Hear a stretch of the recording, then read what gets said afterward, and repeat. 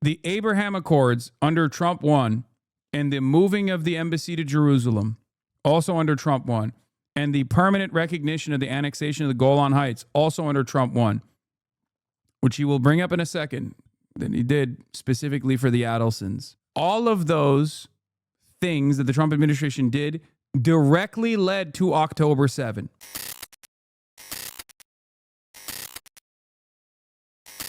And it's like, Gaza is reduced to rubble. Millions of people are basically trying to get back to their homes only to find out that their homes no longer exist. They're trying to rebuild it to the best of their ability. And these came from thousands of miles away. No interest in like rebuilding. No interest in immediately trying to set up like a forensic examination of what took place. Okay? And they're just over here, you know, slapping each other's butts, being like, we did it, we did it. It's like, dude, you did it. Yes. You did the first thing.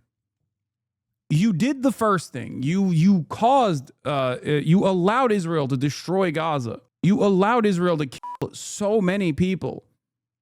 And then now you made Israel stop because it got to a point where the rest of the world was questioning whether they even had a democratic process at all. I can't believe it, man. I just, it feels so depraved. Damn right it's called Hamas is defeated. I mean, objectively untrue in every capacity, by the way. Like, this is, not only is it not a war, it's a genocide. And even beyond the genocide, it's an apartheid, which, of course, is going to create a retaliation no matter what. But also, on top of that, the idea that Hamas is defeated is also stupid because Hamas itself is just a name, okay? The notion that, like, there is no more Palestinian resistance against Israeli occupation is silly. It's stupid. It's not correct. And even in its current formation as Hamas, very clearly they are still in operation.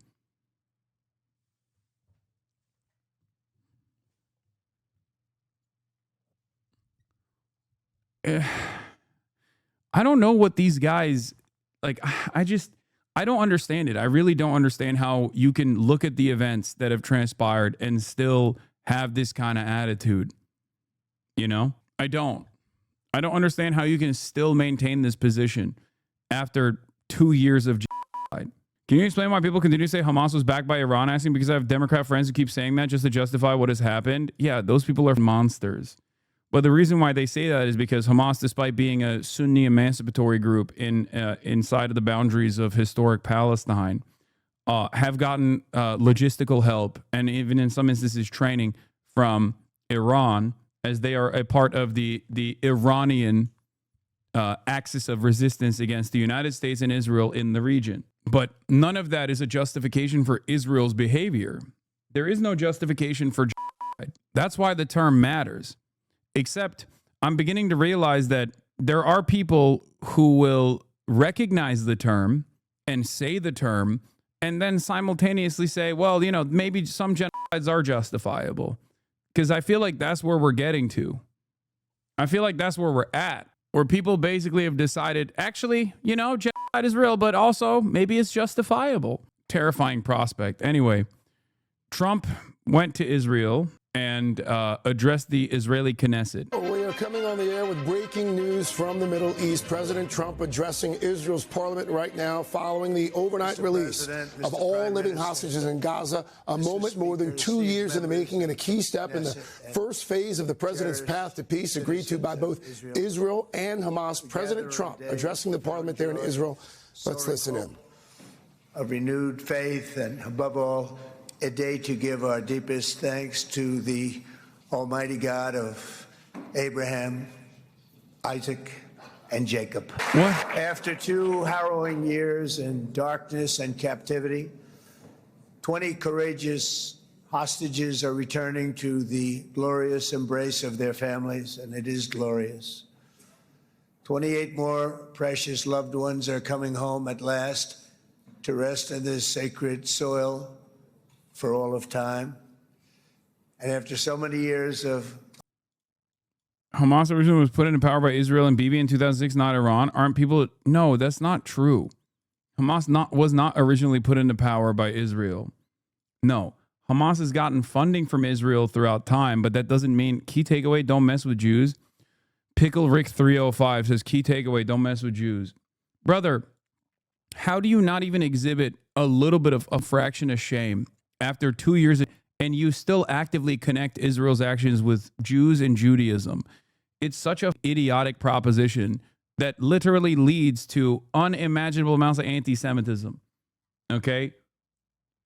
It's so stupid. It's like if there were, you know, if I was running around being like, I'm Muslim, and if you don't ISIS proves, don't mess with the Muslims. Al-Qaeda proves, don't mess with the Muslims. Like if I was running around saying that and then turning around and being like, well, if you criticize ISIS or Al-Qaeda, seemingly you are Islamophobic. It's insane.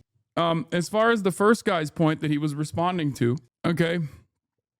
No, it's not true. Hamas wasn't put into power by Israel. Hamas won elections because Israel's lapdogs in the Fatah party were roundly despised by the Palestinian population at that point. It was America that pushed for elections, even though Fatah and the PA said, let's not do elections yet because people don't trust us. This was in the aftermath of the so-called peace process that had led to Israel basically cutting up the West Bank, which was illegally occupied by Israel and is still illegally occupied by Israel.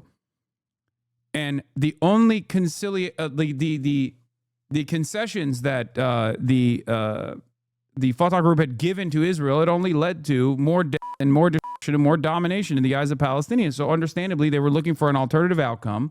They were looking for an alternative that was seen as an uncorruptible force. And they turned, as nation states that are dominated by a colonial power often do, to a more fundamentalist group. Hamas was willing to engage with Israel in armed conflict and also was initially cut out from the Muslim Brotherhood. So they were a little bit more on the fundamentalist side. And therefore, they were seen as more honest than Fatah, which was secular. It's that simple. That's the reason why people voted for Hamas over Fatah, which, by the way, they didn't even vote for Hamas over Fatah by like massive numbers or anything. They got the plurality of votes after America pushed for an election. Shouts out to George W. Bush. And then America tried to lead further with a coup, a very violent coup, which led to Hamas taking over and establishing complete control over the Gaza Strip because they forcibly pushed out Fatah after a bunch of Fatah people went and straight up tortured a bunch of Hamas people. They apprehended them. They tortured them. They lost that coup d'etat. It failed. And then Hamas established full control over the Gaza Strip. In that process, however, Benjamin Netanyahu and other groups within Israel saw Hamas as a beneficial party to their grand design because of their Islamist position. They could just easily, with ease, they could just present the Palestinians as like barbaric, fundamentalists, jihadists, whatever right? Because they know exactly how the rest of the world treats Muslims that are even remotely devout. Not only that, but also their willingness, Hamas's willingness to also battle against Israel militarily, resist against Israel militarily, made it so that Israel could always use that as a future justification to engage in sieges on the Gaza Strip. And this is not my assessment at all. This is what Benjamin Netanyahu himself openly stated. But Israel's funding of Hamas came way, way later. Hamas started in like 1978 as a charity group, as an Islamic charity group that was a subsidiary of the Muslim Brotherhood in the region. It became a political party with a charter in 1988. And that charter wasn't like a full-blown real charter either. They formalized their charter in 2018 or 2017. But the ideally funded Hamas is also incorrect. Unceasing war and endless danger. Today, the skies are calm, the guns are silent, the sirens are still, and the sun rises on a holy land that is finally at peace, a land and a region that will live, God willing, in peace for all eternity. This is not only the end of a war. This is the end of an age of terror and death and the beginning of the age of faith and hope and of God. It's the start of a grand concord and lasting harmony for Israel and all the nations of what will soon be a truly magnificent region. I believe that so strongly. This is the historic dawn of a new Middle East. I want to express my gratitude to a man of exceptional courage and patriotism, whose partnership did so much to make this momentous day possible. You know who I'm talking about. There's only one, Prime Minister Benjamin Netanyahu. Bibi, please stand up. The only place in Israel where there will be claps, and even then is controversial, by the way. There is no other place in Israel where you could just be like, and Benjamin Netanyahu, he's so good, and Israelis will go, yeah, that's right.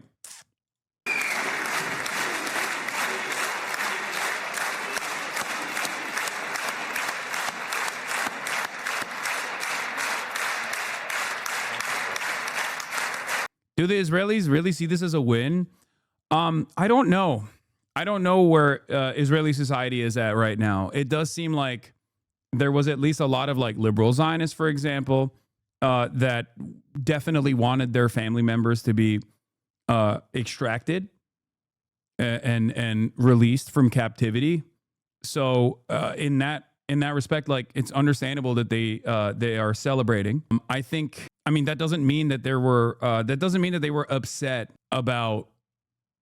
That doesn't mean that they were upset about what took place in Gaza, because there's plenty of polling that shows that they were very aware and did not care about it at all. Hostages returned and lefties still find something to talk bad about? Wait, what do you mean? Dude, I think this is part of the reason why Donald Trump did this, by the way, so that like some of the dumbest motherfuckers on the planet could just be like, why are you still upset? It's like, first of all, the ceasefire is good. Okay. Not only do I say it's good, but I'm glad it's happening and I hope it continues and I hope it stays. Okay. And not only that, but also Donald Trump did this and Joe Biden refused to do so. So that's important to note. Having said that, if you don't analyze why October 7 even happened to begin with, then you arrive at this kind of idiotic position where you're like, what do you mean?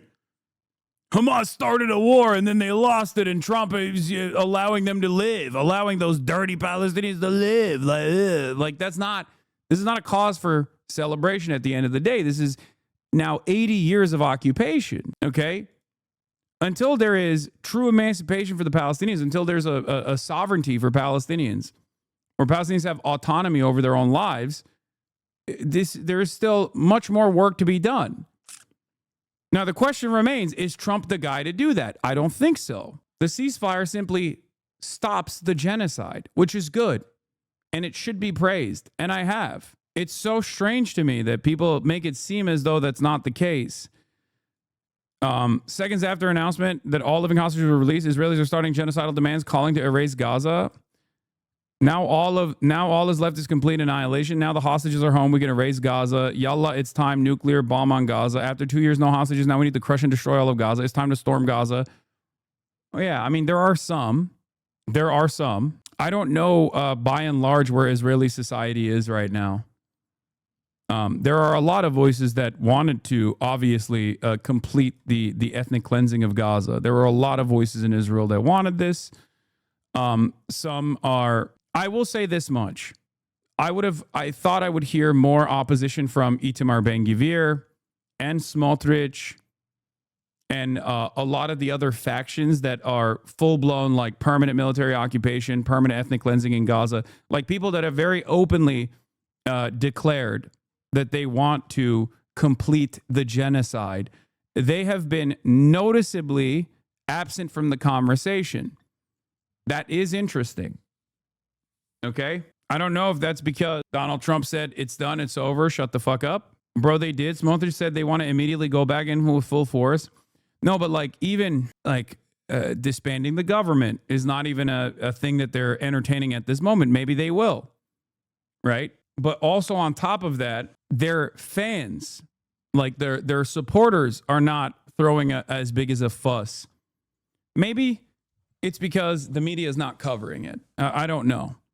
Maybe it's because the media is not covering it. Only time will tell where where Israeli society broadly moves. But so far, what I have seen broadly is just a celebration that the hostages have been returned.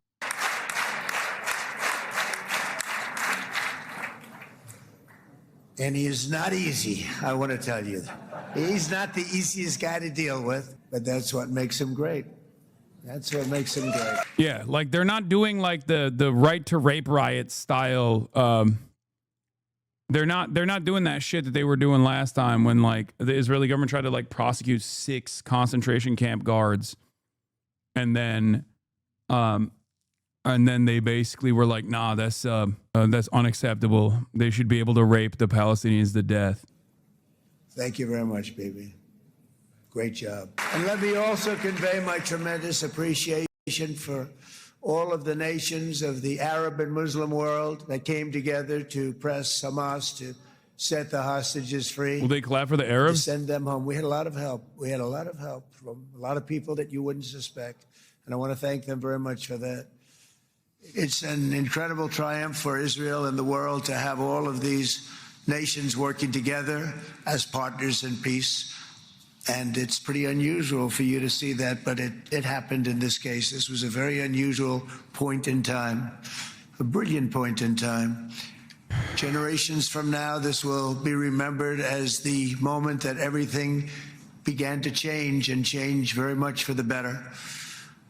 Like the USA right now, it will be the golden age of Israel and the golden age of the Middle East. It's going to work together. I'd like to thank several great American patriots for their invaluable help in getting something done that almost everyone thought was absolutely impossible. We were wasting our time. So many people said, you're just wasting your time. But we weren't, because we had talented people working with us, and we had people that loved your country, and frankly, people that loved the region. They loved the Middle East. I want to thank my friend Steve Witkoff. You know, Steve was chosen by me. He never did this before, but I knew him as a few things. He was a great businessman, but I know a lot of great businessmen, to be honest with you. He had tremendous negotiating skills, but I know a lot of people that negotiate pretty well, although it is an art. But there are people that can negotiate pretty well. But most importantly with Steve, he's just a great guy. Everybody loved him. Everybody. I mean, I know some. I'm telling you, so many Israelis are secretly seething or coping that this isn't the end. The vast majority want to continue the genocide. Everyone right now is just waiting and seeing if this is real or another Trump Netanyahu scheme. I mean, I don't know. I haven't seen enough. Maybe some Israelis, maybe some liberal Zionists at least like have recognized that this was looking real bad. Yeah. As Trump basks in all the adulation and praise for getting the Israeli hostages out, Democrats should think long and hard about how Biden could have gotten this deal too, for reasons we may never fully understand, chose not to exert the power and pressure he had to do it. I said it so many fucking times, man. So many goddamn times. Like, they could have done it. They didn't do it. And they got punished for it. And now Trump, after continuing it for an extended period of time himself, for like 9 months, pushed it over the finish line. Yeah. Matt Duss says Biden had multiple ways to pressure Netanyahu, including by publicly blaming him for repeatedly tanking ceasefire talks. Biden chose to give him political cover and material to continue the war. No U.S. president is as helpless as former Biden officials seem to want to pretend. Because now you got like Biden world trying to come out and act as though, you know, their hands were tied or some shit. Arab mediators literally kept begging Biden to publicly blame Netanyahu for sabotaging the ceasefire talks. A Saudi diplomat told me Biden didn't budge as he wanted to be remembered as the most pro-Israel president. Today, Israelis were applauding Trump's humiliation of Biden enthusiastically. Like, it is an abject failure of epic proportion in every way, shape, and form. Dan Shapiro says, former U.S. ambassador to Israel, Dan Shapiro says, the ability to pressure Netanyahu was related to Netanyahu's total embrace of Trump and the complete lack of any domestic political blowback to the president for doing it. Biden did not have either of those conditions. Bullshit. Biden would have survived the political blowback because only a majority of Republican voters support arms shipments to Israel, and they were voting for Trump anyway. Majority of Dem and independent voters have dropped Israel. You are stuck in another era. The American public has moved. And not only has the American public firmly moved at this point, they were already moving at the time. And I showed the polling on the matter over and over again. I showed it so many times. There were poll after poll showed that Democratic Party voters, or people who were not just like reliable Dem voters, but people who had voted for the Democrats in the past, or people who would consider voting for the Democrats, said that any sort of initiative that atrocity or denying weapons transfers to Israel would be seen as a benefit, and they would have absolutely voted.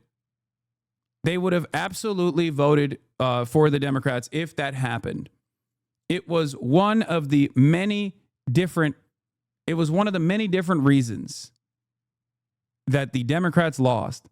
It wasn't maybe it wasn't the most consequential, but it was just another relitigation of the problem at the core of the Democratic Party. This was emblematic of the major problem that the Democrats had in the election cycle, which is their refusal to listen to their base.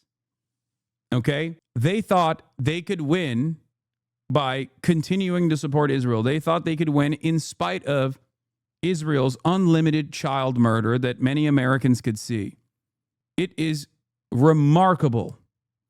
And it is also additionally remarkable that they're still trying to find ands, ifs, and buts in this process to make it seem as though there was no other option.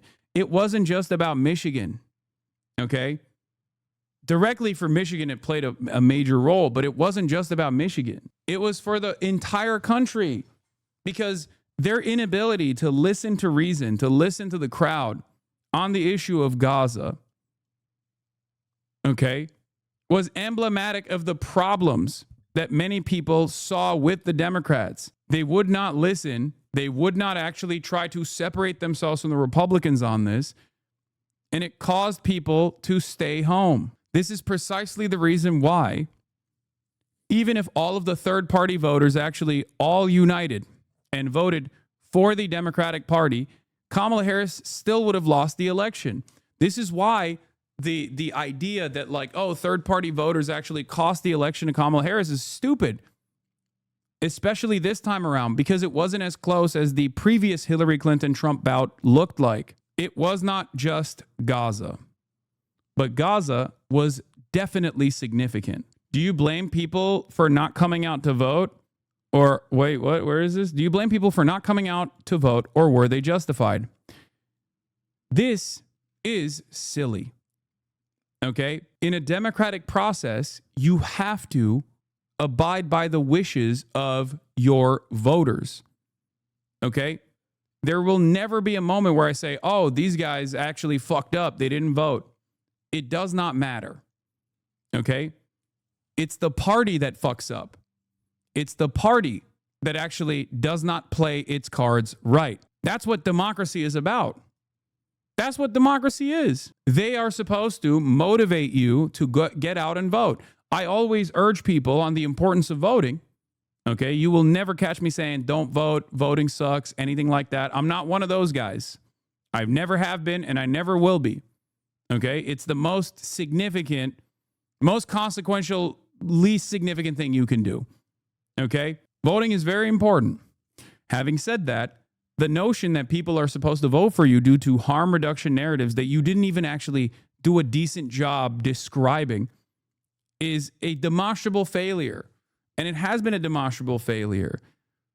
The expectation that people are supposed to make up their own minds about how awful the Republican Party is and then move to vote for the alternative, it doesn't work unless people actually experience it.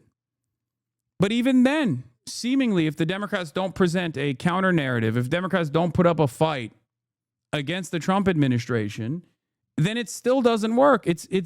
I mean, look at the Democratic Party's polling right now. Look at their approval ratings currently. They're fucking underwater. Yes, and this obviously leads me to Kamala Harris also saying this. Harris slams protesters during book tour. You want to talk about legacy? Let's talk about the legacy of mass deportations, of not voting, and Donald Trump. Liberals will cling on to this battle forever, and they'll say, like, you guys fucked up. You guys fucked up. They don't understand. That's not how democracy works. The failure is on the party. They got billions of dollars, man. They got billions of dollars. I'm not president. And if you want to talk about legacy, let's talk about the legacy of mass deportation of people not voting and Donald Trump. This video pissed me off so much yesterday. I yelled and scared the fuck out of my mom. She was not pleased with me. I don't know. I don't know how to like explain this to people. I think a lot of people who are liberals, they wanna think about this from like team sports perspectives, not realizing that Kamala Harris's reactionary position, advancing Biden's position on border policy, a right-wing border policy, also played a role in people assuming that the Republicans were right on the border stuff. If only there was a guy who just kept fucking repeating this even before the election cycle. Do you guys remember, even at the early stages of Trump's mass deportation initiatives, you had a bunch of people, including Chris Murphy, try to present this as like, we're the ones who are strong on deportations, not the Republicans. Chris Murphy went out and straight up said, Biden was deporting 15,000 migrants when he was in charge. Trump is only deporting 5,000 migrants. That's a crazy thing to say. Like, nobody thinks you're the mass deportation party. Everybody just looks at you and thinks that you're indecent, that you're a liar, that you got caught in a lie, that you are hypocritical when they see that. There's no moral reason to obviously abide by the media environment born out of hysteria that the Republicans have fucking designed. And there is certainly no reason to hand it to the Republicans on any of these issues, especially because it's not real. And we're seeing what happens when a not real issue becomes a major point of contention. And then the solution is this incredibly militarized ICE engaging in the unjustifiable and immoral practice of mass deportations, kidnapping people from the side of the street, demanding people's papers. That's where we're at. It's so fucking depressing, dude. It's so depressing because if Democrats don't understand that they cannot do this. Here, yeah. In the first week, Trump removed 7,300 people on average. Biden was removing 15,000 a week. Under Biden, 72% of ICE arrests were criminals. Under Trump, it dropped to around 50%. Trump is removing less people and less criminals. These guys are terrible at everything. January 30th, 2025. Like, that's a unacceptable. That is a person who looked at the outcome of this election and still didn't understand why they lost. Now, of course, now they're singing a different tune. Now they realize like, oh, we have to actually present an opposition to the mass deportations, right? Yeah, this is from February 6, 2025. A Harris campaign organizer says senior officials ordered them to erase voters who asked about Gaza, marking emails as no response so they'd be removed from outreach. No engagement, no persuasion, just ignored. The only clowns are the ones who decided to abdicate on this. On the Gaza stuff, once again, like, I'm trying to talk about this in a more holistic fashion, okay? This is the problem at the heart of the Democratic Party. Their endless need for bipartisanship, their endless need for compromise against an uncompromising and increasingly reactionary force is causing this country to move in the direction of fascism. We're there right now. And there are still some in the consulting class that actively try to do this, where they're like, no, we have to consistently capitulate to right-wing framing on issues. You know, funding the police, a strong border policy, like trans issues, maybe even gay issues later down the line. If Republicans dominate on the trans stuff as they have been, they're going to eventually start, and they have already started moving towards like undermining Obergefell or doing a whole bunch of other shit, like not allowing gay couples to like adopt children and stuff like that. All you do in that situation is basically tell everybody that is listening that the Republicans are right. The Republicans are right. We're wrong. They're right. But we'll be better than they are. We'll be stronger on this issue than they are. You cannot outflank the right on any of this stuff. You can't. You have to fight the right on this stuff. Not only because they're wrong, the Republicans are wrong on these issues, and you should have a sense of decency, but also because if you do concede, people just look at you and go, oh, so they were right all along. Okay, I'm going to vote for the right party. Negotiators that are so good, but you wouldn't have had peace. They just wanted to win the election without the left. They fucking hate people like you. They hate the anti-war crowd. They hate the economic populace. They want 100 million Ezra Kleins. It was so obvious. It wasn't a mistake. No, I know.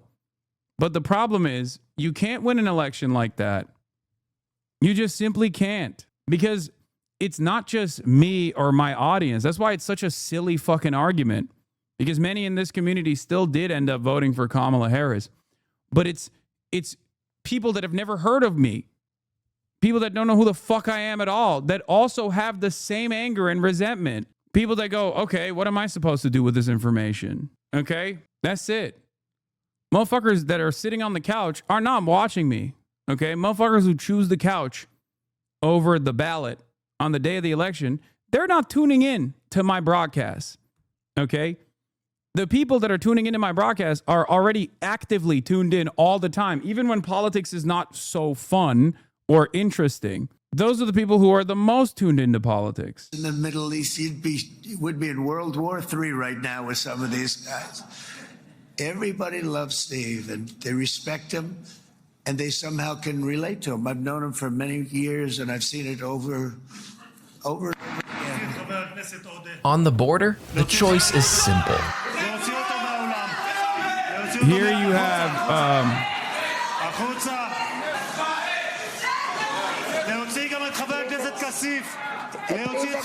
there's friend of the show Ofer Kasif, and also what's the other dude's name? I'm always forgetting his name, but the two anti-Zionists are, the two like actual Ofer Kasif and Ayman Odeh, the two actually anti-Zionist Knesset members that were sitting in that meeting, stand up and show they stand up and they have placards that read, I believe, "Recognize Palestine." Ofer Kasif was reading the Ilan Pape book, and Ayman Odeh is a Palestinian citizen of Israel who gets elected by other Palestinians living in Israel. He doesn't count as an anti-Zionist voice. I mean, regardless, he had a placard up that said "Recognize Palestine," and this was acceptable. Israeli lawmakers were removed after protesting during Trump's speech at the Knesset. Ayman Odeh, of Palestinian origin, held up a banner reading "Recognize Palestine." Left-wing lawmaker Ofer Kasif also tried to hold up a banner but was forcibly removed from the chamber. Odeh says, "They kicked me out of the Knesset just for raising the simplest demand, one that the whole international community agrees on. Recognize the state of Palestine. Recognize the simple truth. There are two peoples here, and no one is going anywhere." I was kicked out of the Knesset for raising the simplest demand, one of the whole international community agrees on. Recognize the state of Palestine. Recognize the simple truth.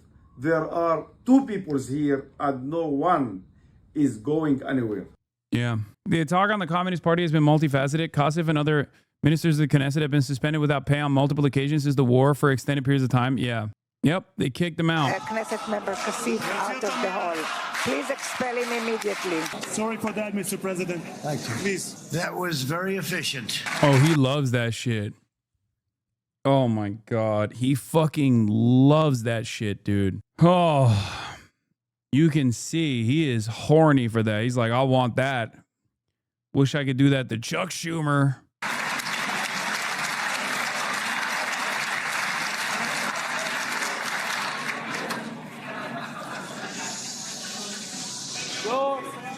So back to Steve. But I tell one story because he... Bro, they should make him the president or the prime minister of Israel, honestly. Like, I'm not kidding when I say this. He is more popular in Israel than he is in America, okay? His approval ratings in Israel are far higher than they are in the United States of America. Go fuck up their healthcare, bro. Go fuck up their healthcare. They can have him. Stay there, please. Don't come back. It's just so crazy because, like, once again, Israel has, one, government-funded abortion, universal healthcare, universal college, and we foot the bill for their almost entirety of their defense and offense, of course. So they can spend it on their own social programs. Now, obviously, they've like had to scale back a little bit in recent years because of the ongoing genocide. But it's crazy. Just like, go fuck their shit up, dude. Why are you fucking our shit up? It seems like they like you more there. You can keep him. He was so involved, and then we called in Jared. We need that brain on occasion. We got to get Jared in here. We got to get a certain group of people. But Steve started this all by himself. I call him Henry Kissinger, who doesn't leak. Okay? Henry is a big leaker. He leaked. Steve doesn't leak. Steve just wants to get the job done. He wants to do what's right. But I'll give you just a quick story because, as you know, he's working on the war with Russia and Ukraine, a war that would have never happened if I were president. A shame. 7,000 young soldiers a week are being killed. More than that this last week. It's a shame. Should have never happened. But it did happen, and we won the race, and I took over this horrible war that's been raging, and I thought it would be easily settled. I thought it was a hell of a lot easier than doing what we just did very successfully with Israel and a lot of other people.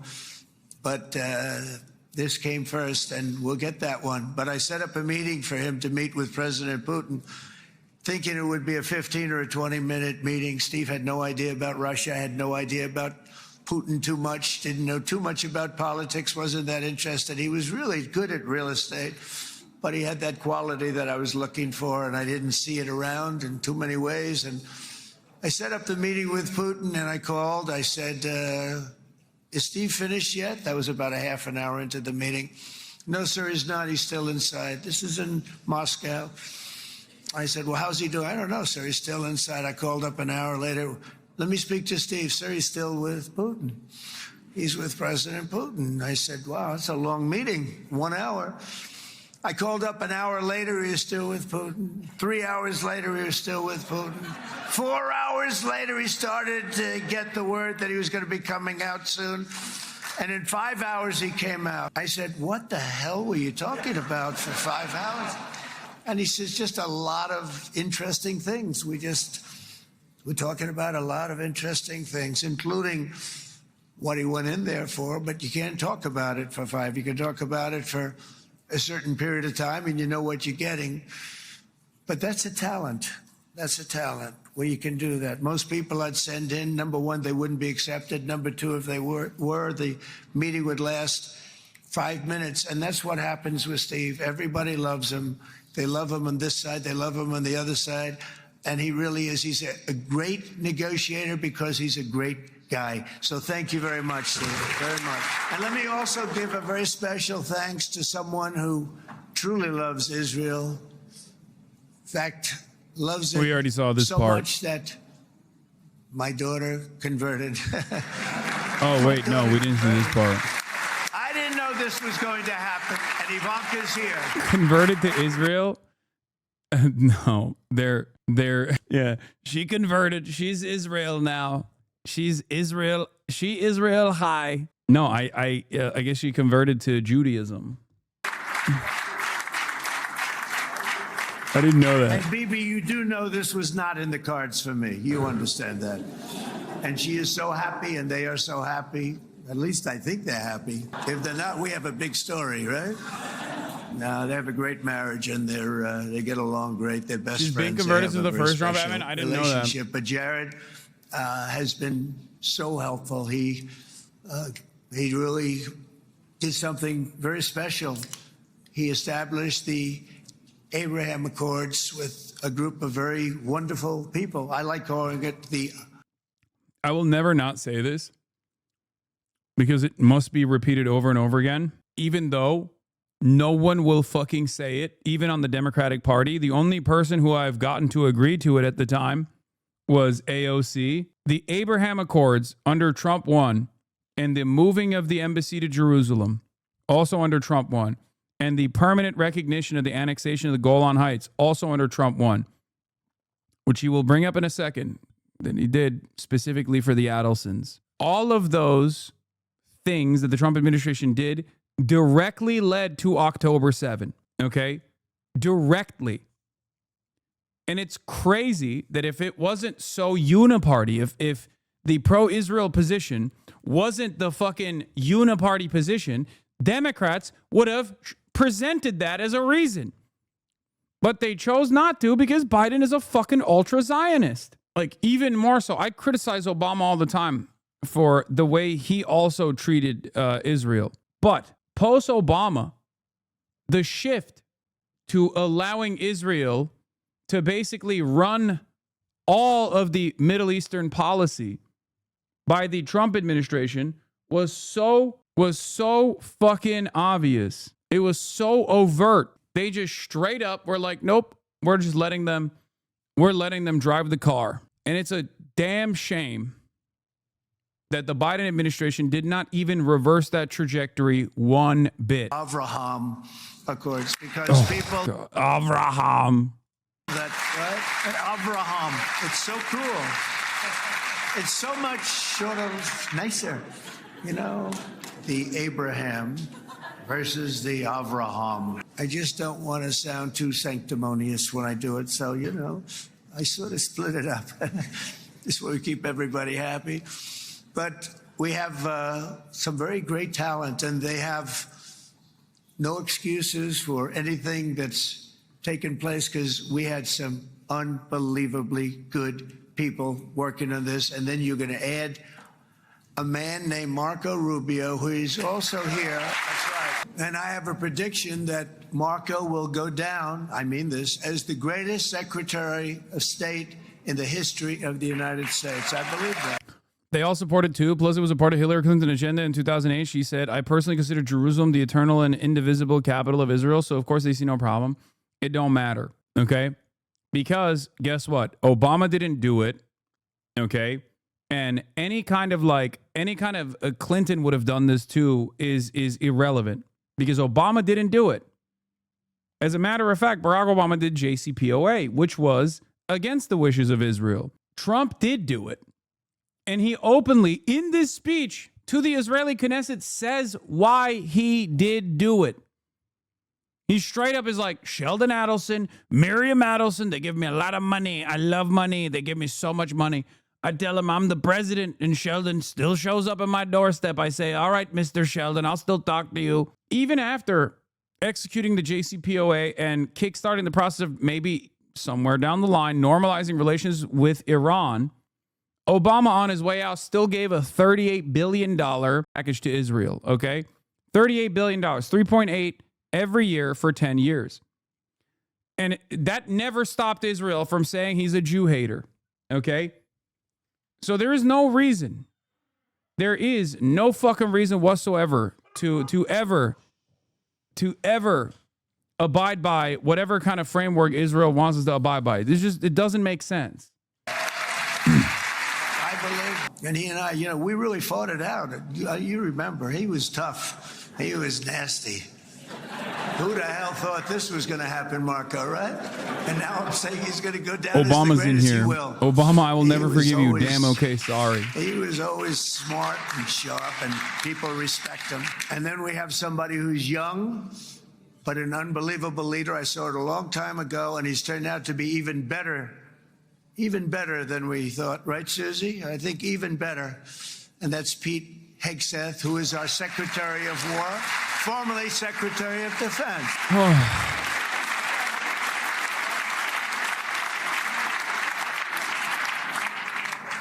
And as you know, we decisively won World War I.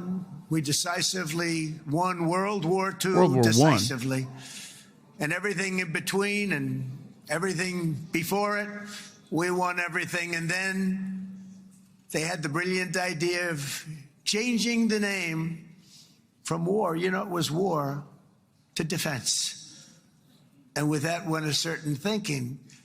And we fought in a very politically correct way after that. We always had the strongest military, and now we have a stronger military than we've ever had before. Because of my first term, I've totally rebuilt the military, every aspect of it.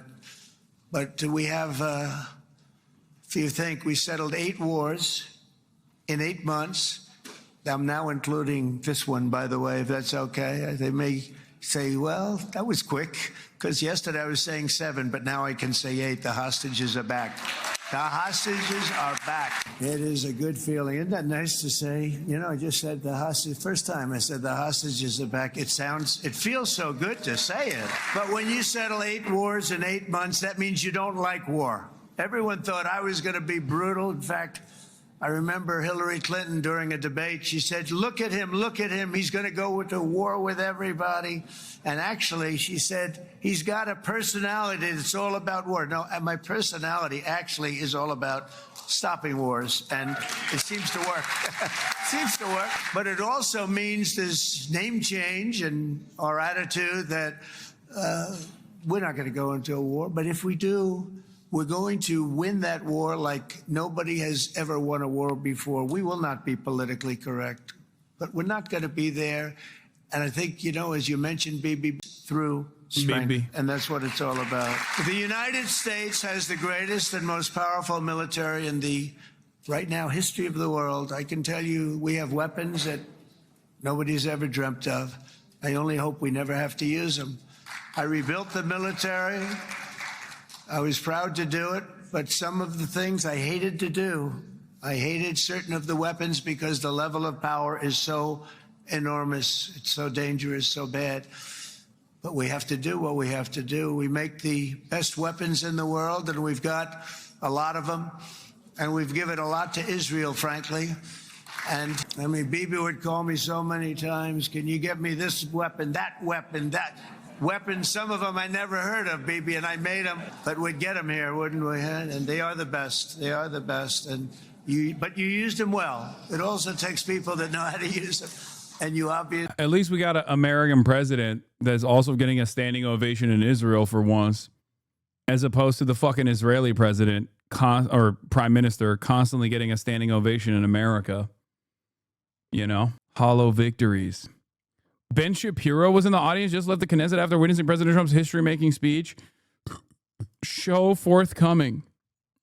Again, stay there, man. Honestly, just stay there. I don't know why you're coming back. Just stay there. It seems like you like it more. Same with Trump. Fucking stay there, guys.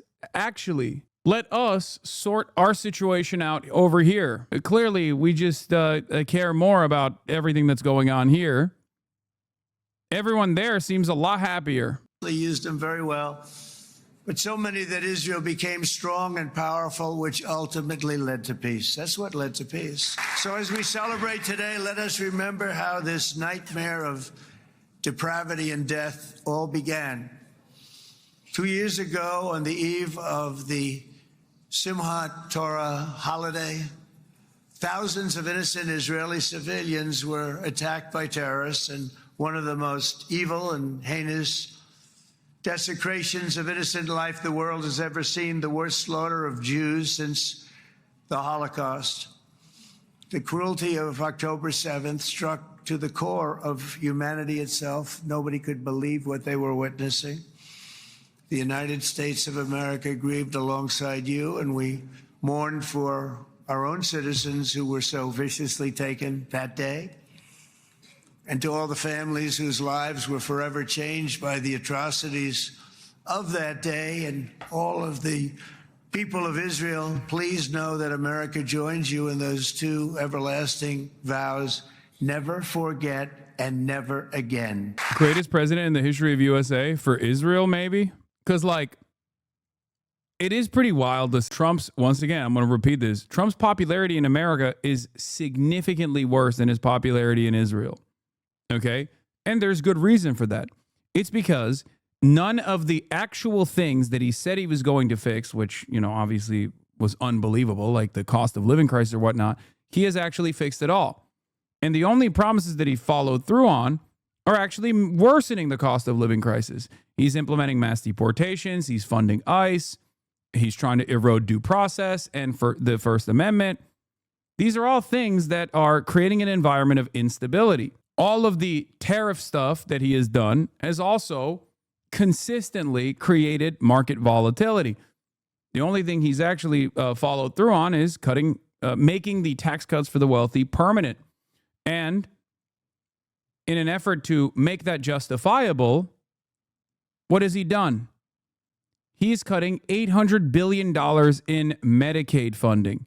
$800 billion. 16 million Americans are going to be kicked off of their coverage. Do you feel like that's winning? If it's winning, have you experienced it?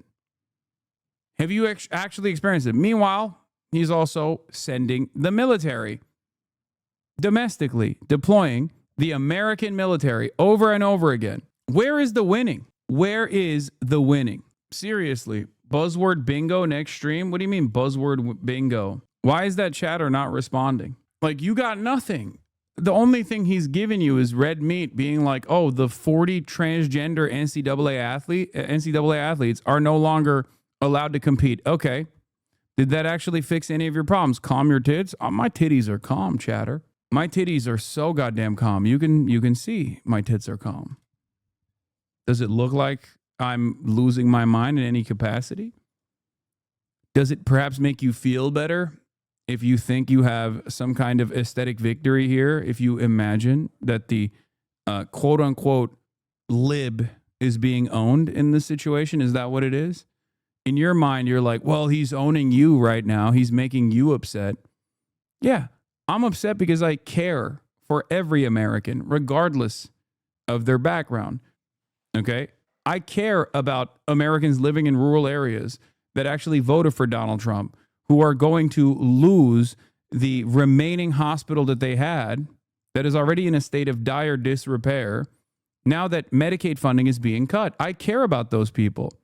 I care about you more than you care about yourself.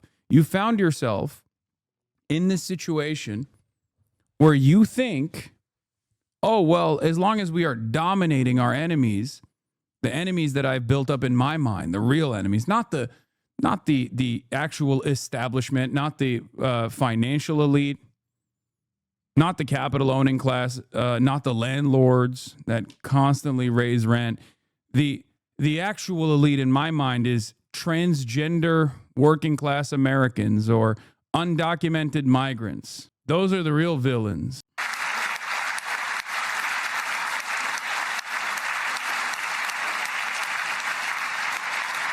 Trump cares too? I don't think he does. I don't know why you think he still does.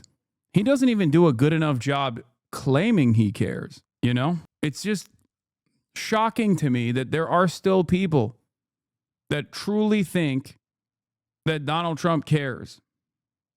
Yeah, here, you want to know what he cares about? Here, this is a great video. I saw this earlier. Okay? Here it is. This is what he cares about. Just Trump riding around in his golf club telling rich members your taxes are coming down while the government is shut down with thousands losing their jobs, people losing health insurance, and kids going hungry. Totally normal stuff. Thank you, everybody. Thank you. Your taxes are coming down. See, everyone's happy, honey. That's awesome. You've done a good job. Yeah, we'll run through the 9 holes. Hi. Hasan, I hate being a leftist so bad we keep taking L's. Listen, at the end of the day, what you have are your morals and what you have are your convictions. Okay? That's it. Stop being a fucking doomer. Stop being a doomer. No matter what happens, you have to keep pushing, okay? In spite of the endless amounts of smears, fear-mongering, no matter what it is, you have to keep pushing. Your cause is just, and you're fighting to help others. Okay? You're not doing this so that you can feel good, or you're not doing this so that people turn around and say, wow, you're so cool. Or at least I'm not. And I hope you're not either. From October 7th until this week, Israel has been a nation at war, enduring burdens that only a proud and faithful people could withstand. It was a very tough period of time. For so many families across this land. Think about it this way. Even the fact that Donald Trump made the boss call finally after 9 months of allowing Israel to go crazy mode and do a genocide and refuse to give aid to the Palestinian population. The very fact that they had to put an end to it, and here's to hoping that that ceasefire stands, is because of the pressure applied by people like yourself, the broad awareness initiatives, the mass mobilization, the protests, the flotillas, the demands for boycotts, sanctions, and divestment. This would not have happened. So to the millions of Palestinians who have survived this Holocaust, remember, your voices did matter. Okay? Now, obviously, it's not over. It's far from over. But if the rest of the world, if the world continued to look the other way, do you think Israel would have stopped? Do you think America would have told Israel to stop? They wouldn't have. They would not have stopped at all. Hasan, I don't think you're right about the ceasefire being the consequence of pressure from the left. The current admin in Israel do not care at all about the pressure from the left. Brother, I'm not saying it's the pressure from the left. I'm saying it's pressure in general. You have to remember, not every single person that was out in the fucking streets are card-carrying leftists or socialists or Marxists or communists. What are you talking about? It's pressure from everyone. It was the pressure at the international level in Western liberal democracies that caused Western liberal democracies to turn around and say, okay, we got to do something about this. None of those guys would have ever wanted to turn Israel into a pariah state. If it was up to them, they would continue doing business as usual politics. It's not the quote-unquote pressure from the left, but the left was there from the beginning. Hasan, I thought you were specifically saying it was the result of people like that chatter who continue in advocacy. That's why I say from the left. Yes, people like that do matter, because when it was actually consequential, far more consequential than it is now, to say the truth about what Israel was doing, it was the left that was out in the streets protesting. They lost their jobs. They got slandered, smeared. Their financial opportunities were cut short, but they didn't stop. And as time moved on, more and more people came to that recognition. Do you understand? So yes, the left did actually fucking play a formative role in this. There is no guarantee. I'm not trying to be bad faith here, but I don't see a causational relationship between activists and the ceasefire. Okay. Do you think Trump would have just simply decided, all right, now is the time, out of nowhere? Or do you think there was immense pressure that people placed on their own governments to do something about Israel, so much so that even Donald Trump decided, okay, Israel has lost the world, in his own words? Where did that come from? Where did that start? How did that start? If this wasn't consequential, the government would not have, under the Biden administration, arrested 3,500 student protesters.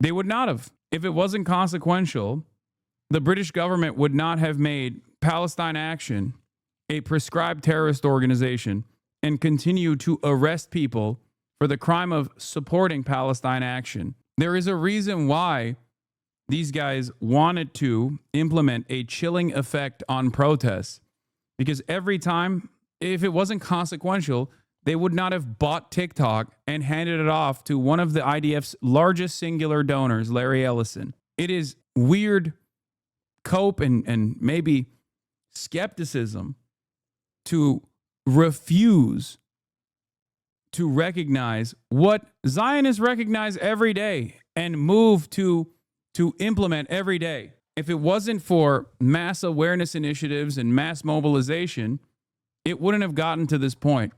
Most importantly, of course, if it wasn't for the bravery of the Palestinians, who were at the site of their own demise, instantly trying to show the depravity of Israel to all who would pay attention to it. If it wasn't for any of that, people would you think Western leadership would be forced to reckon with the incalculable death toll to at least offer symbolic gestures to make it seem as though, there is a pressure valve here. We're trying to release it. I don't agree with this characterization of the internationals as completely morally apathetic when Macron's France, for example, recognizes Palestinian statehood that is not primarily the result on the streets activism? So what do you think it's the result of? Macron is actually a great example. Macron lost all of his influence at the domestic level because of his austerity measures, and the only part of his governance that remained was foreign policy. Why did Macron take an anti-Israel stance? Perhaps it has something to do with the mass mobilization and his opposition being a more popular figurehead with Mélenchon and numerous others in the Popular Front that were actively and consistently protesting against Israel. The argument that you're presenting sounds kind of silly. I don't want to undermine what you're trying to say here, but it sounds kind of silly because, like, you make it seem as though these leaders in the Western world, after turning a blind eye to these atrocities that we all saw, that we were all yelling about for a year and a half, almost 2 years, basically turned around and out of the kindness of their own hearts, decided, yeah, now is the time actually for a symbolic gesture. It's very strange. And it also is, it's also almost, it feels like you have this bipartisan fealty, like non-ideological fealty to anyone who is in government, no matter who it is, whether it be Macron, liberal, or Donald Trump, who is a far-right reactionary.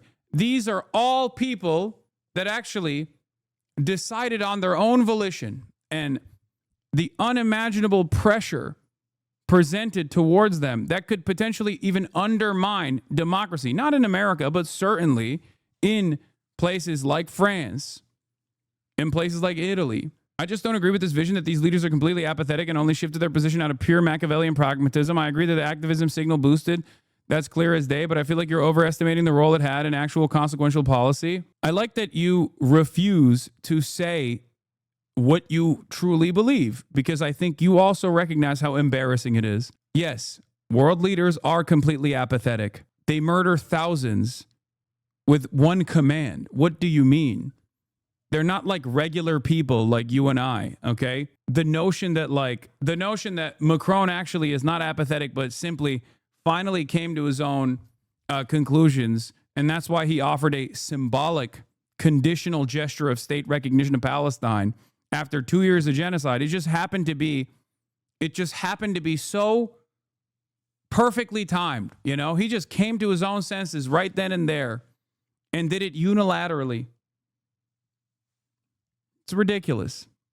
Just say it out loud. You think politicians are actually good people, no matter what their ideological background is, and they actually make these choices not because of the unimaginable amount of pressure, but because they listen to their hearts. It just happened to be the most opportune moment to listen to their heart. And even then, you have decided to obviously concede on the framing that you said, that the public pressure coming from leftist opposition and public pressure that grew beyond just simply leftist activism or whatever was not as consequential. That was your immediate position. Now you're saying, okay, maybe it was a little bit consequential, but I think these politicians have kindness in their heart ultimately. There is no way that you can describe Israel's dramatic unpopularity swing by simply assuming that politicians actually decided it was Israel was now unpopular. It's ridiculous. How do you account for broad consciousness swinging against Israel and Israel becoming a fucking pariah state over the course of the last 2 years without thinking about the unlimited amount of mobilization that took place against Israel? That makes no sense.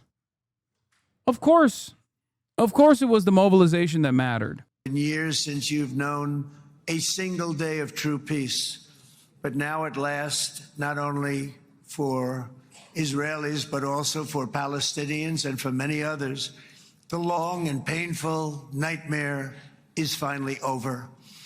And as the dust settles, the smoke fades, the debris is removed, and the ashes cleaned from the air, the day that breaks on a region transformed and a beautiful and much brighter future appears suddenly within your reach. This is now a very exciting time for Israel and for the entire Middle East, because all across the Middle East, the forces of chaos, terror, and ruin that have plagued the region for decades now stand weakened, isolated, and totally defeated.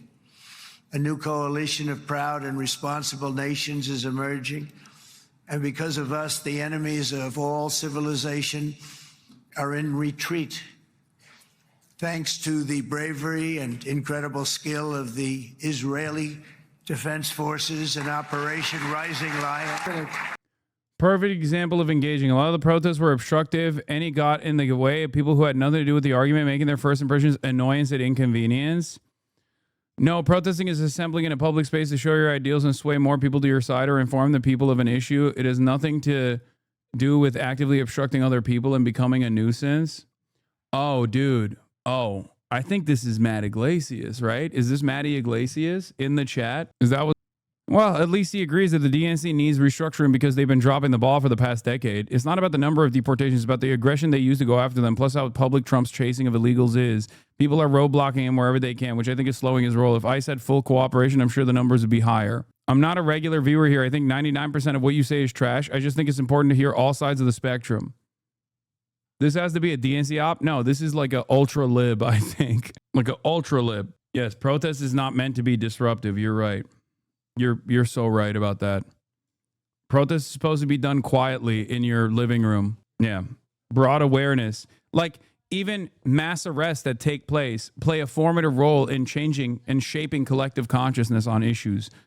You know, mass sit-ins, for example. The type of liberal that this person represents is the type of liberal that also believes in the whitewash legacy of Martin Luther King Jr., who unironically also did engage in acts of civil disobedience and disruptions.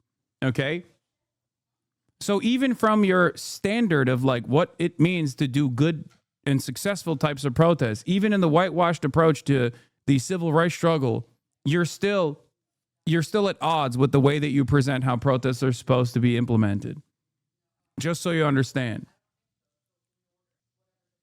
Protests are always supposed to be disruptive. The entire purpose of it is to create broad awareness, to put your body on the line, to make sure that people understand that the government is ruthless and brutal when people are actually saying things that you might actually agree with. Okay? Civil disobedience doesn't have to impede an average uninvolved person. This guy's looking at the situation of segregation and going, honestly, why are they actually doing mass sit-ins? Like, people just want to get food. Why are people... Why are people engaging in like work stoppages? This is just disrupting the regular flow of commerce for average people that are uninitiated and uninvolved. Please stop protesting. Are you claiming that domestic protests stop the direct genocide? I'm claiming that the international mobilization from working class individuals all around the world, specifically initially started by Palestinian activists, okay? Palestinians living in diaspora, created broad awareness around this issue at a time when the mainstream media refused. Wait, what? Because the Palestinians recorded at Lamau, not because of your useless protest? Wait, what? That's what I said. Without the bravery and the resilience and the steadfastness of Palestinians that put their lives on the line to record their own demise to those who would dare to pay attention, no one would know exactly what's going on. No one would know what's going on at all. You are arguing against the position that I do not hold. My point is, every step you take in the right direction matters in ways that you can't even comprehend in that initial moment. Okay? That's it. That's it. Guy's central casting. Let's put him in a movie. Look at him. Great job. And my people loved working with you. Loved it. They worked so well together. But many of Iran's top terrorists, including nuclear scientists and commanders, have been extinguished from this earth. And with Operation Midnight Hammer, boy, that's a great name for that, what we did. Last June, the United States military flew 7 of those beautiful B-2 bombers. They look so beautiful all of a sudden. They were always I thought they were pretty planes. The way you know HasanAbi's winning is his chat chock full of haters. I know that is the sign of someone who's converting people to their viewpoint. I don't think that that's the best sign, honestly. Trump has a lot of haters too. Well, I guess he is converting people. But no, my point should be reassessing how to actually be effective rather than patting ourselves on the back by claiming our extremely marginal protests were effective at all. Trump's narcissism probably played a bigger role. Okay. The reason why I started addressing the importance of protesting and how putting your body on the line mattered in terms of kickstarting broad awareness, okay, broad awareness initiatives, is because Trump's narcissism would not have caused him to recognize that there was even a problem at all for Israel here. But he very openly said, Israel's lost the world. Israel is losing the world. We're going to fix that. And the only reason why Israel fucking started losing the world is because, once again, the Palestinians were filming how Israel was slaughtering them, mutilating them, murdering them, and how people saw that, were horrified by that, and were taken to the fucking streets. Okay? What are we talking about? If these things were not consequential, and writing it off as marginal is so fucking stupid because you're doing the other side of like what ContraPoints claims, okay? God damn, some of you leftists are such classic fucking doomers, such unimaginable nihilists for no fucking reason. At a time when someone was behaving in a doomer fashion, I was trying to explain that, like, your voices do matter, okay? It might come across as marginal. It might come across as inconsequential, okay? But it's not. It moves the needle in the appropriate direction, little by little. Because if it wasn't consequential, these fucking assholes would not be working to arrest you, okay? This isn't to say, you know, pat yourselves on the back. Our job here is done. That's not what I'm saying at all. It's just beginning, okay? But every now and then, you also have to recognize that these sorts of initiatives actually changed, swung the opinion, the opinion of the Western world broadly against Israel. Jesus Christ. Like, please. I've been at this game for 12 years. I've seen with my own two eyes how dramatically the public opinion changed on Israel, how dramatically it swung in the opposite direction.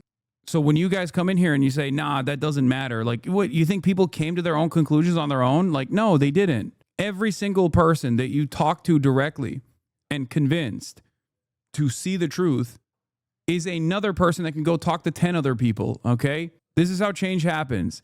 I understand that human life is finite and we have horse blinders when it comes to dramatic shifts in public consciousness, when it comes to like change happening, but every little bit matters. That's it.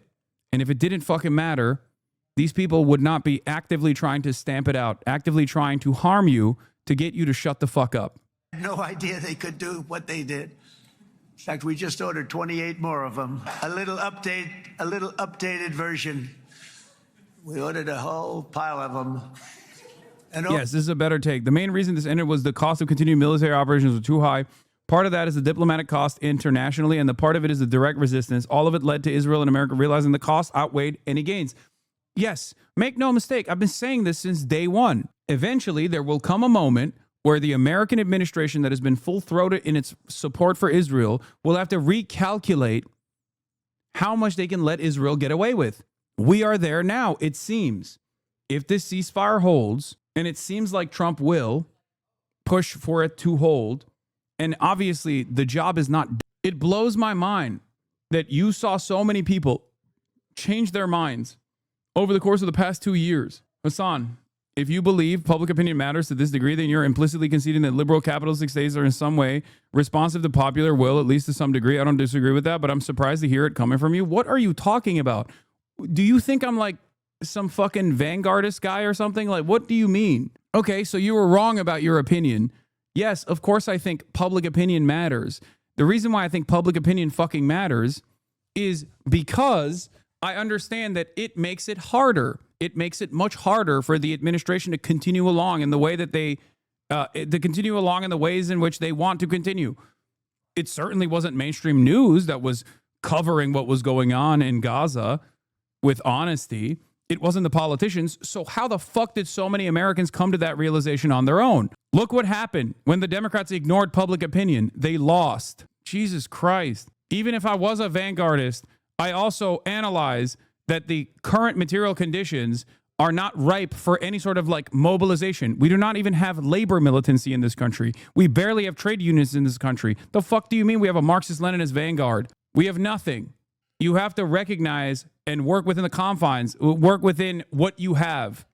Almost 100 other planes went with them, including fighter jets.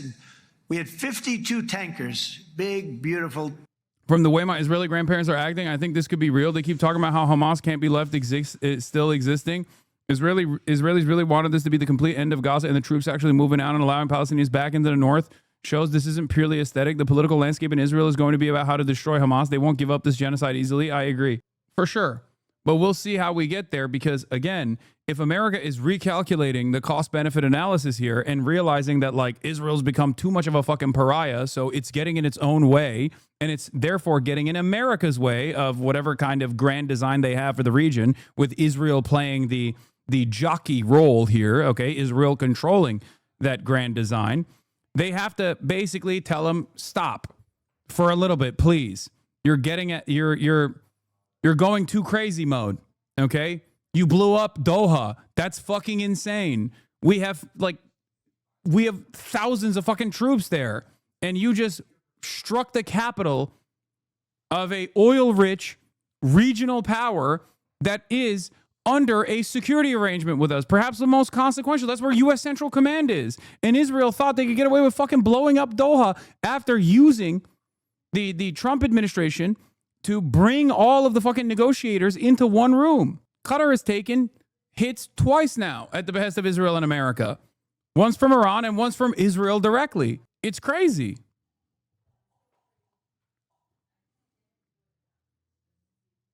Nah, libs think the Dems losing was your fault, but somehow international protesting is marginal. Yeah, it's just people thinking that people that want to be right. That's all this is. You're right. Israel is too rabid, maybe, but we are still benefiting from the arms industry, literally destroying Syrian sovereignty, which was their biggest W in the last 2 years, and did a genocide for which there will be no Nuremberg or accountability. Maybe our movement should move to prosecute those complicit harder rather than saying our protests achieved a lot.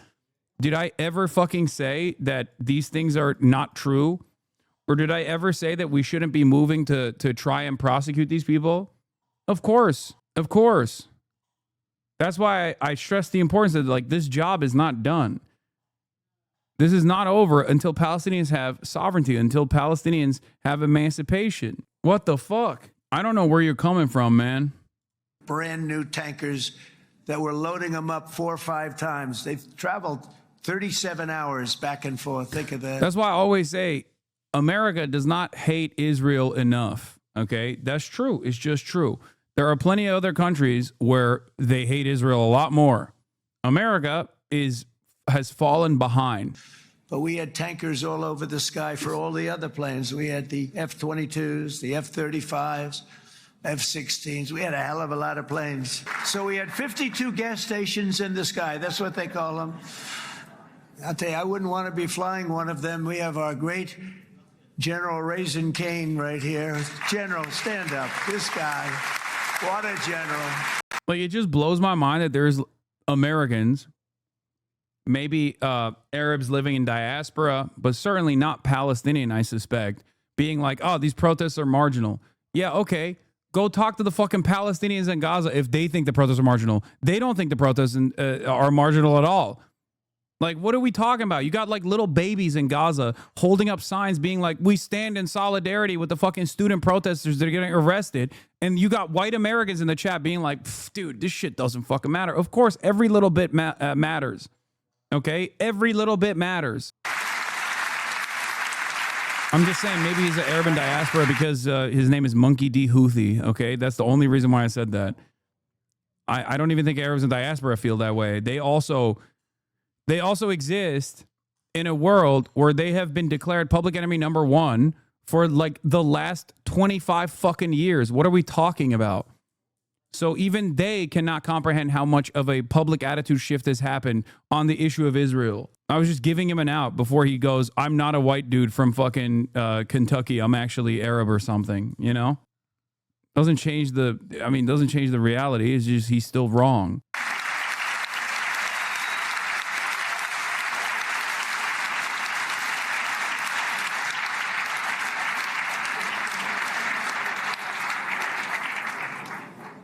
I asked General Kane, I said, we're having problems. And I was in Washington, and I asked, how long would it take to defeat ISIS? And my Washington generals told me, 3, 4, maybe 5 years, sir. I said, I don't get it. We got the best equipment in the world. Why? So I flew to Iraq, and I met with a man named Kane. He said, what's your first name? He said, they call me Raisin, sir. I said, wait a minute. Your name is Raisin Kane? I've been looking for you. Shouldn't we phase out blanket statements and just say the majority of Israel? Because I'm sure the protests in Israel don't support this. That being said, the state of Israel has been violating human rights since the 40s. So are they an exception to blanket statements? Yeah, I abide by the public polling and public approval for the death and destruction in Gaza amongst the Jewish Israeli society. And they are almost in unison in support of the famine and the mass atrocities that have taken place. Okay? They know it's happening. They don't give a shit. They have been polled on this issue on numerous occasions. Okay? For a long time. You gotta be kidding. So they told me 3, 4, 5 years to defeat ISIS. And I sit down with him and I say, why is it? I flew there in the dark of night. I landed. I'll never forget it. It's quite a trip. I'm glad I made it because I met him. I said, could I ask you, General? I come down. He said with another general and a sergeant. Everybody was like central casting. They could go into a movie right now. Between him and you guys over here, we could get rich making movies, okay? Who the fuck is that sumo wrestler guy? What's his name? Stephen Chung? He's Trump's social media guy. I love him. He's one of my favorites in the admin. He's incredible. He is a sizable lad. And they got along so great. That's the beautiful thing, that your military and our military, Bibi, got along so great. But what I was told by the television generals in Washington, we have the best equipment in the world. Why is it taking so long? And they said, 4 years. I said, so let me ask you, Raisin, how long would it take you to defeat ISIS? Sir, we can do it in 3 weeks, but you'll probably have some time left over. I said, you got to be kidding. What the hell are you talking about? They said 4 years. I said, well, sir, look, it's not my place to say, but you're asking me the question. What you have to do is you hit him from the west, you hit him from the north, you hit him from the south, you hit him above, you hit him below. I said, so why didn't they do it? And he didn't want to speak badly of his superiors, which is hard to believe they were his superiors. Should have been the other way around a long time ago, because he's the one that did Operation Hammer. It was flawless. It was flawless. It was absolutely flawless. And I said, so you really think you can do it in 4 weeks? Yes, sir, 100%. You have to do it differently than they were doing it. They were using one base, and it was hundreds of miles away. And he says, we have all these portable bases all over the Middle East. And they didn't want to use them because they didn't want to offend the country where the portable, they wouldn't have even known what the hell the planes were going up, right? They wouldn't have known. But he said, no, they didn't want to defend anybody, offend anybody. And but we can do it in 4 weeks. I said, you sure about that? I'm going to call you back. I'll call you back on Monday. I'm going back to Washington.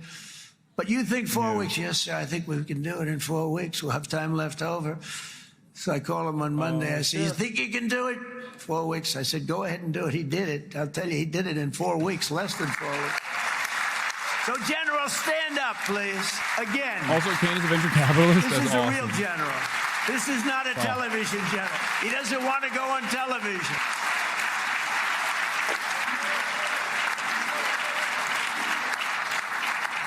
He doesn't want to go on television. That's the other guys love being on television. So we dropped 14 bombs on Iran's key nuclear facilities, totally, as I said originally, obliterating them. And that's been confirmed, and everybody understands it. Together we stopped the #1 state sponsor of terror from obtaining the world's most dangerous weapons. And if you think about it, if we didn't do that, and assuming we made the same deal that we have today, there'd be a dark cloud over this deal. And #1, it wouldn't happen because the other Arab and Muslim nations really wouldn't feel comfortable making the deal that we have now, right? if Iran had that nuclear weapon that they were about 2 months away from having. They would have had it in 2 months or maybe less than that. They were right at, this was our last shot. They looked at it for 22 years. This was our last shot. The pilots told me that. They said, 22 years, sir. They looked at it. Our predecessors looked, they studied it. 3 times a year would do drills on that exact attack. And boy, did they get it right. But let's assume they didn't, and let's assume there was large-scale nuclear weapons in the hands of Iran. We couldn't be here today. Even if we signed the deal, which we couldn't do because a lot of people would not want to have anything to do with it, we took a big cloud off of the Middle East and off of Israel. And it was my honor to help. But isn't it true, though, that can you imagine the same, let's assume, Bibi, the same documents, we had everything the same, but you had somebody out there that was, in the opinion of everybody, all powerful in the Middle East. They took a big hit, didn't they? Didn't they take a big hit? Boy, oh boy. They got hit from one side, from the other. And you know, it would be great if we could make a peace deal with them. And I think that's big. Would you be happy with that? Wouldn't it be nice, I think? Not as many people applauding for that one. I think they're tired. Somebody said, sir, they're starting their nuclear program again. I said, let me tell you something. They're not starting anything. They want to survive. The last thing they want to do is start digging holes again in mountains that just got blown up and start. They're not doing this. They want to survive, okay? But I think we have a chance. Steve, you, and I think Jared, come on, I'll call you back for another one. We always bring Jared when we want to get that deal closed. We bring Jared, but Steve, you and Jared and the General and Pete and Marco, you'll get that deal done easy. I think that'll be easy. But first we have to get Russia done. We got to get that one done. If you don't mind, Steve, let's focus on Russia first, all right? We'll get it done. In Lebanon, the dagger of Hezbollah, long aimed at Israel's throat, has been totally shattered. My administration is actively supporting the new. I think some of the most consequential aspects of this past 2 years has been the incredible deterrent that both the Palestinian resistance has presented, making this genocide as costly as possible, making it so that like Israeli reservists did not want to return at all, making it as difficult as possible. The deterrent from the Ansar Allah in terms of shutting down an entire fucking port, okay? Shutting down an entire port in Israel. And then the deterrent from the IRGC as well, the Iranian ballistic missiles that in a matter of 12 days were able to virtually deplete the entirety of Israel's stockpiles and American stockpiles too. Stuff like this seems irrelevant or silly, but it's not. It's not irrelevant at all. It's actually very consequential. That is the only time when Israel has been forced to stand down and forced to back down, because they've shown once, time and time again, that the only time that they ever recalculate whether or not they can go as hard as they want to is if they feel like they're getting punished too much. That is something to always remember and something to always consider. President of Lebanon in his mission to permanently disarm Hezbollah's terror brigades. He's doing very well. And build a thriving state at peace with its neighbors. And you're very much in favor of that, I know. And it's good things are happening there, really good things. And with this week's ceasefire, we've achieved the most challenging breakthrough maybe ever. I mean, I've never seen anything like. I've been involved in a lot of success. I have never seen anything like what's going on today all over the world. People are dancing in the streets, not just in Israel. They're dancing in the streets of countries that would have never danced in the street about what's happening today. They're dancing in those streets. He loves talking about dancing people. This difficult war has now ended. You know, some people say 3,000 years. Some people say 500 years. Whatever it is, it's the granddaddy of them all. And in an unprecedented achievement, virtually the entire region has endorsed the plan that Gaza will be immediately demilitarized, that Hamas will be disarmed, and Israel's security will no longer be threatened. in any way, shape, or form. So Israel, with our help, has won all that they can by force of arms. You've won. I mean, you've won. Now it's time to translate these victories against terrorists on the battlefield into the ultimate prize of peace and prosperity for the entire Middle East. It's about time you were able to enjoy the fruits of your labor. Mr. Opposition Leader. I said he's a very nice opposition leader. I think, no, he's a nice man. Bibi, he's a nice man. He knows what he's doing, right? No, he's a very nice guy. Well, see, now you can be a little bit nicer, Bibi, because you're not at war anymore, Bibi. But only by embracing the opportunity. Yeah, by the way, you're the nice guy he's talking about. The nice guy he's talking about right here. Let me find this quote real quick. Lapid, I say to all those who demonstrated against Israel, I am the leader of the opposition, and I tell you, you were deceived. Now that the war has stopped, you have time and a chance to go and learn the facts. The truth is there was no genocide, no intentional starvation. Such strong opposition, man. Opportunities of this moment can we achieve our goal of ensuring that the horrors of recent years will never happen again. You don't want to have to go through this again. 8 years ago, I came to this region on a very special first trip abroad as the President of the United States. I came here very early at your request. I addressed the leaders of the Arab and Muslim world gathered in Saudi Arabia and said that it was time to build a future free of the grip of extremism and terror. And interestingly, right now, as soon as I'm finished, I'm quite late. You've kept me quite late between opposition leaders and Bibi's. Yeah, this is why those banking on the Israeli opposition convinced very few. Yair Lapid, head of Israel's opposition, openly stated, those who demonstrated against Israel in London, Rome, Paris were deceived by propaganda. The truth is there was no genocide, no intentional starvation. Yes, to the chatter said it's like not being genocidal is a losing position. Yes, it literally is. The only people who are anti-genocide in that fucking Knesset were packed up and forcibly removed from the Knesset. So yes, you're not wrong. It's crazy. Anyway, I'm going to move on from this speech. I can't listen to him anymore.